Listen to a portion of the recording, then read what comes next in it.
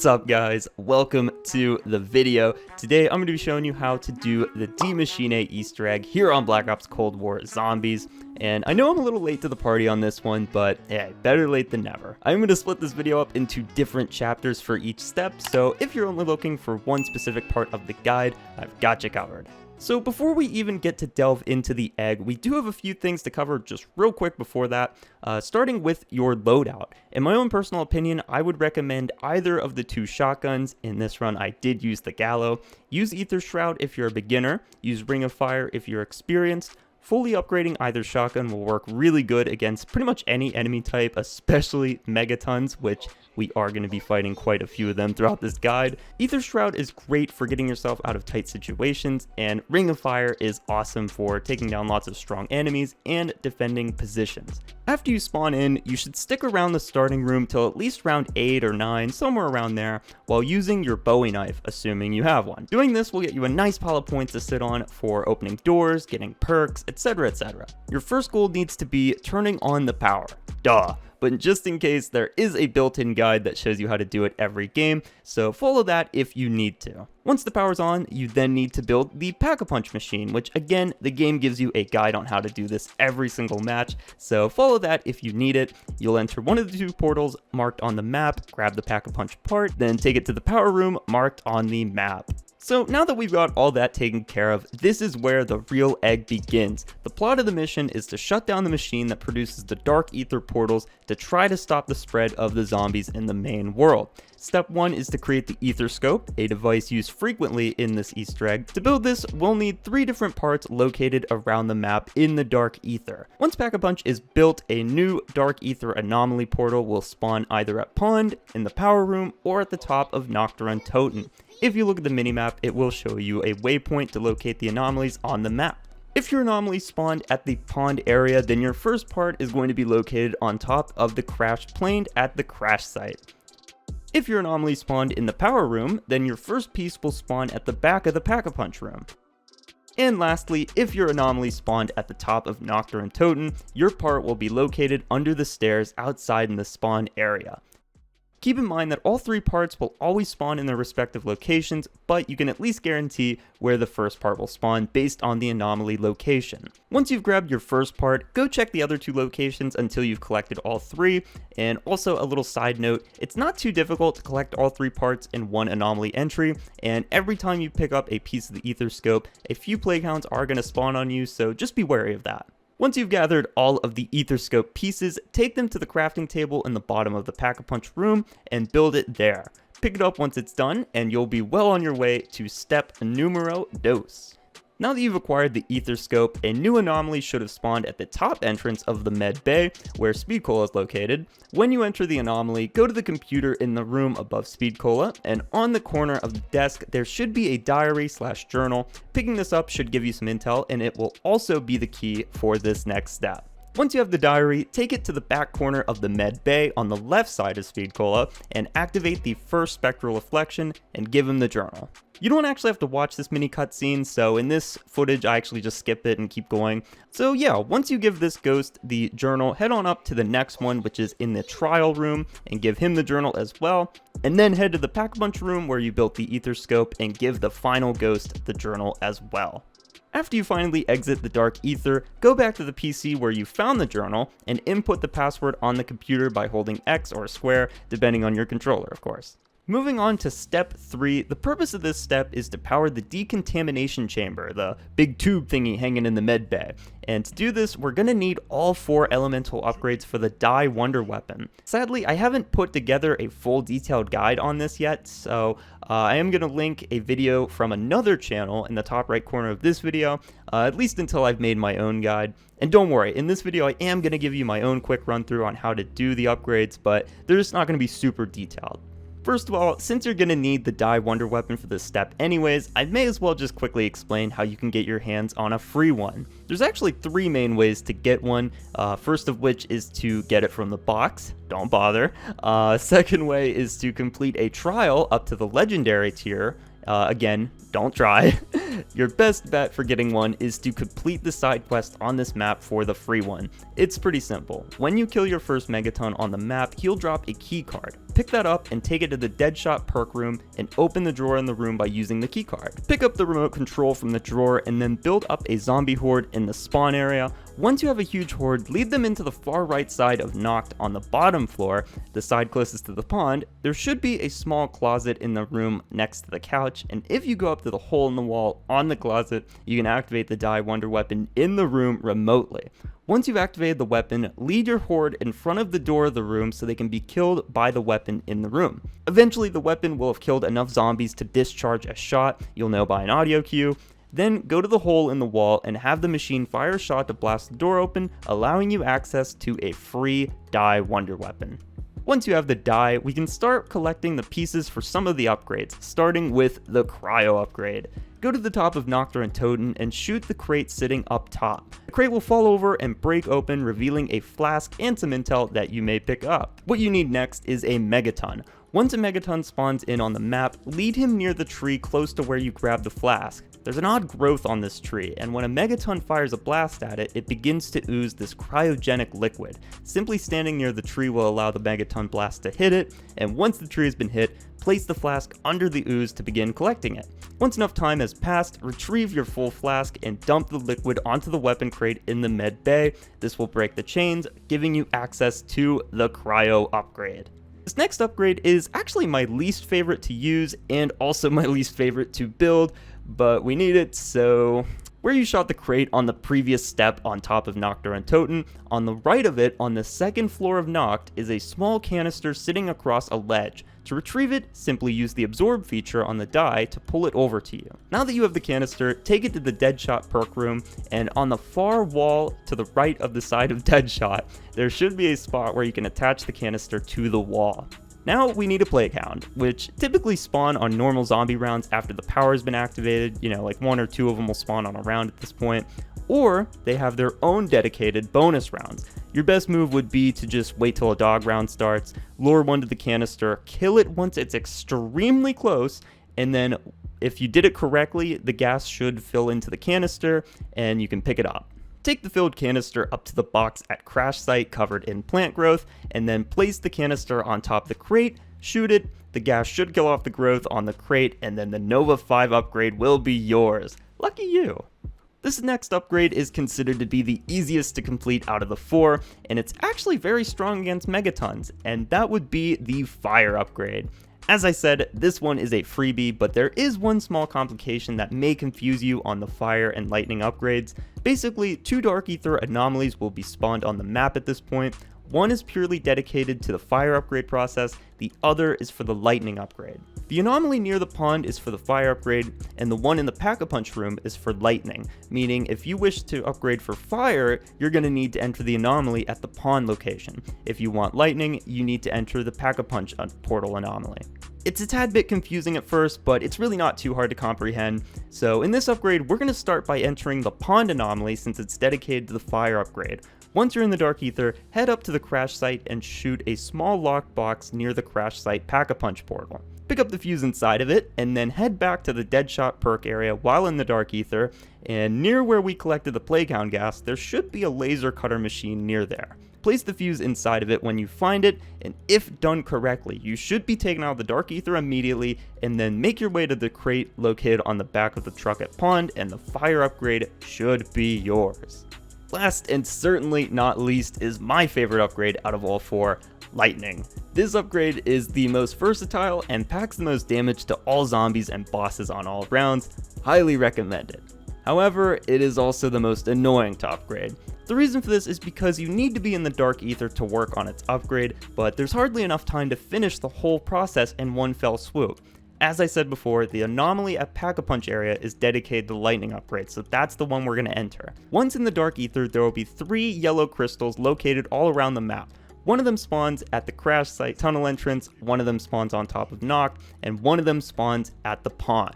You have to locate them and use the die's suction ability to absorb the energy from the crystals and then take the energy and fire it at the crate located at the bottom right corner of the Pack-a-Punch room. The catch is that the crystals are only available to be absorbed in the dark ether, rightfully so, but you can only hold one of the crystal's energy at a time, so you're going to need to be speedy if you plan to get all three in one shot. The good news is you don't actually have to collect all three crystals in one anomaly entry, although it's very efficient to do it that way. It's not necessary though. Also, if you have energy from a crystal but you leave the dark ether before you can fire the shot at the box, no big deal, you can actually still shoot the energy crystal at the crate even if you're not in the dark ether, as long as you already have the die charged with the crystal's energy. The anomaly respawns every 1 to 2 rounds after you've killed some zombies, so that's also important to note. Now, one thing I found this is really annoying, sometimes the charge shot glitches and won't light up the diodes on the crate, and sadly I don't really know why or how this happens, but just keep trying and eventually it should light them up after a few more attempts, but super annoying. I'm sorry if you run into that. But anyways, once all 3 diodes on the crate are lit and charged with energy, open the crate to receive your new lightning upgrade, also the final upgrade we got for this step. So now that we have all 4 upgrades for the die, we're going to use each one to power the decontamination chamber. On the sides of the chamber, there are 4 cylindrical receptors that each have a color painted on the bottom of them. The color corresponds with whichever elemental die upgrade it needs to charge it with. For example, the red colored receptor needs to be shot with the fire upgrade, the blue receptor needs to be shot with the cryo upgrade, green is shot with the Nova 5 upgrade, and yellow is shot with the lightning upgrade. Once all 4 receptors have been charged, the next step can begin. In the exit of the med bay, right in front of the armor station, a new anomaly will spawn. Enter the anomaly and go right above Speed Cola in front of the room with the PC in it, and there should be a spectral reflection you can activate there. The reflection shows 2 men stealing a golden orb that powers the decontamination machine, so it's up to you to retrieve it. Once you exit the dark ether, look at the ground where the reflection just took place and you will find an item called the dark ether wrench. Now that you have this wrench, take it to the spawn area and find the old tank there. Go up to the side of the tank and tap it with the wrench 3 times until a zombie emerges from the top of the tank. Go ahead and kill that zombie and then get a Semtex grenade, which can be crafted at the workbenches at spawn or tunnel, then throw the Semtex at the lid of the tank. This will cause the tank to fire a stray shot at a tree at the crash site. Go up to that tree at the entrance of crash site in front of Stamina, and on the ground should be the golden orb you're looking for. Dogs are going to spawn in as soon as you go near it, so just go ahead and kill them, but be careful not to end the round here because you do need to pick up this orb and you'll be totally defenseless while you're carrying it. You need to carry it all the way back to the decontamination power box where you found the dark ether wrench. Place the orb in the box and step 4 is complete. Step 5. This is probably my least favorite step out of the whole egg, and it's because it's so tricky. Basically, we need to find a megaton and send it in the decontamination chamber. Keep going through rounds until you get a megaton to spawn, and if one does spawn, try not to separate it. Also, kill off the rest of your current round when you do get one to spawn. Once you reach the end of the round and still have 1 zombie left and 1 megaton left, take the megaton down to the med bay underneath the decontamination chamber. Split them underneath of it, and if you're lucky, the machine will collect both of the split megatons in one. However, if it does not absorb both of them, it's no big deal. Just keep luring them under the chamber until it finally sucks them up inside. Once they've been collected, go back to the PC and start the purification process. This is going to end the round, and it's also going to lock you inside the PC room, but no zombies are going to spawn until after the mini cutscene is over. Once the process is complete, the newly generated Orlov will make a break for the power room, the doors will open, and dogs and a new megaton are going to spawn in the medbay with you, along with the current round of zombies. You can leave the medbay as soon as the doors open. I'd actually recommend taking a few extra rounds here to rack up some points so you can get more Pack-a-Punch upgrades, chances at the ray gun with the box, get some perks, or even just rack up a ton of salvage for some final weapon upgrades, because this next step is primarily the last. This is the point of no return step. Most Easter eggs have a step similar to this, where once you begin it, there's just no going back. So as I said before, if you need upgrades, if you need perks, or a chance at the ray gun, this would be the time to go do that. I'd recommend the lightning, cryo, or fire die upgrade if you're going to use the die. Triple pack shotgun, either one of them would be really good. All perks except for elemental pop, unless you can afford it of course. and 2 monkey bombs. Anything besides that is up to you, but those are the things that I wouldn't go down there without. So once you're ready to initiate this step, you must first go to the bottom floor of Nocturne Totem and enter the final anomaly. Once you're in the Dark Aether, head to the corner of the room below Stamina and activate the last spectral reflection. Once the reflection is over, a note will be sitting on the desk, and if you pick it up, you will be transported to the Pack-a-Punch room with Orlov. He's going to give you some dialogue about what happened here and his regrets on it, and then he's going to ask you to help him shut this place down. This is the part where all hell breaks loose. Dogs are going to start spawning, followed by zombies, heavy zombies, of course lots of megatons, and even the red megaton that spawns in the Dark Aether. What you need to do in this step is simple. Defend Orlov while he shuts down the 3 parts of the Pack-a-Punch room. I found the best way to do this is to just literally kill everything, while occasionally checking up on Orlov to make sure nothing's killing him. If Orlov is being attacked, it's not a huge deal. He doesn't actually lose health or anything, but when he does slow down, it makes the process a bit longer. So, try to make sure nothing does get on him. Also, when you kill megatons, they will drop armor and ammo, so if you're running low, check around to make sure there's none extra just laying around somewhere. You can also rebuy ammo if you need it from the crate at the bottom of the room. However, it may be too expensive at this point. If you're using an upgraded D.I.E, it costs about 10,000 already. I think the ray gun also costs 10,000, so you can also repair your armor here as well, which is extremely handy. This is pretty much just a defend and survive mission on steroids, so just keep calm, defend Orlov, and more importantly, defend yourself. Don't forget about your Ring of Fire, don't forget about your Aether Shroud. This is no time to be conservative with that kind of stuff, so just use it while you have it. Although there is one thing you should try to save for this final step, and that would be at least 1 monkey bomb. Step 7, aka the finale. This takes place as soon as Orlov finishes shutting down the machine. The zombies will stop spawning, you get a brief moment to recollect yourself, and there's some dialogue exchange between your team.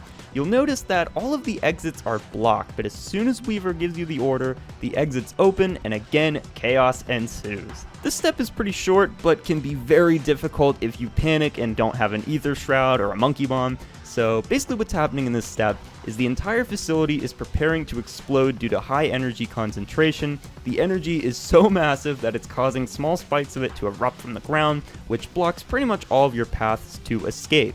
Touching this energy causes major damage to you as well, and will easily kill you if you don't navigate it carefully.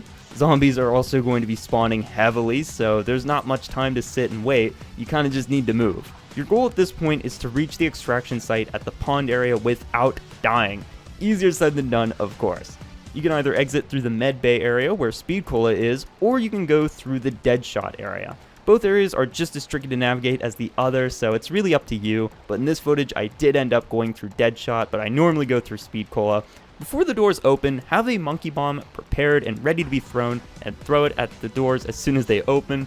Then sprint past the energy spikes, avoiding them at all costs, and if they are blocking the pathway, try to mantle over something to get you past them.